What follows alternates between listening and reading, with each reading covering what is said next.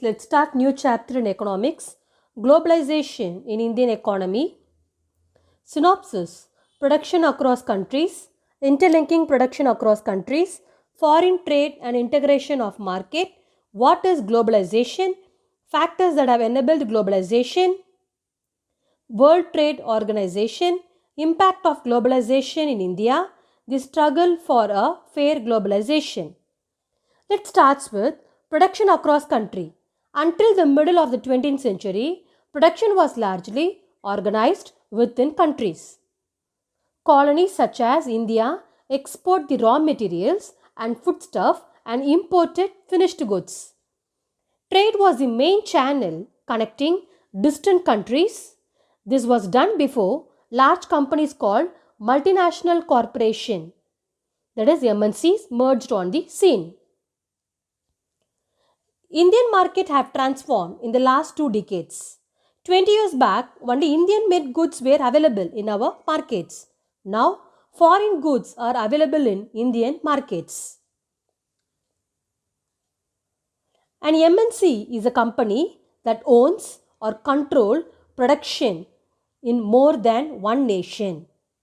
MNC set up offices and factories for production in the region where they can get cheap labor and other resources.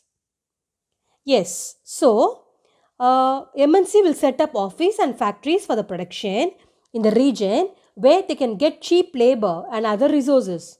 This is done so that the cost of production is low and the MNCs can earn greater profits. MNCs are not only selling its finished products globally, but more important, the goods and services are produced globally. Yes, the goods and services are produced globally. Yes, so as a result, the production is organized in an increasingly complex way. So the production process is divided into small parts and is spread out across the globe. Let's see with an example. China provides the advantage of being a cheap manufacturing location. Mexico and Eastern Europe are useful for their closeness to the markets in the US and Europe. India has highly skilled engineers who can understand the technical aspects of production. And it also has educated English-speaking youth who can provide customer care services. And all this probably can mean 50 to 60% cost saving for the MNCs.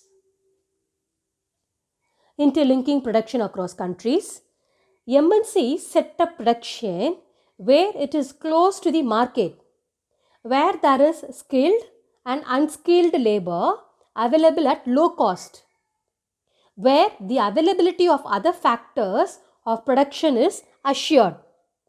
MNCs, even additions to this, MNCs might look for government policies that look after their interest.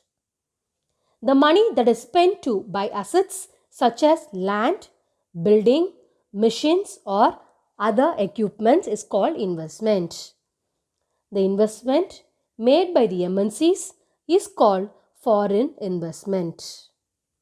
Any investment is made with the hope that this asset will earn profit. The benefit to the local company of such joint production in twofold. One, MNCs can provide money for additional investments like buying new machines for faster production. Second, MNCs might bring with them the latest technology for production. Let's start with other one. Sports goods made in Jalandhar for the multinational companies. Yes, but the most common route for MNC investment is to buy up local company and to expand the production.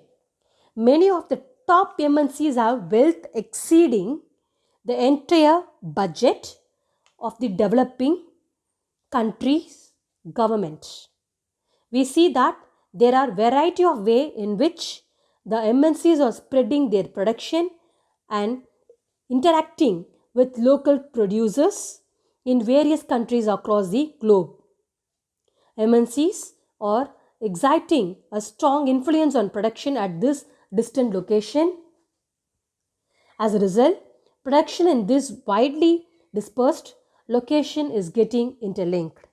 So, but the most common route for the MNC's investment is to buy up local company. Yes, MNCs with a huge wealth can quite easily to do so. To take an example of Cargill Food, a very large American MNC has bought over small Indian companies such as Parag Foods. Parag Foods has built a large marketing network in various parts of India, where its brand was well reputed.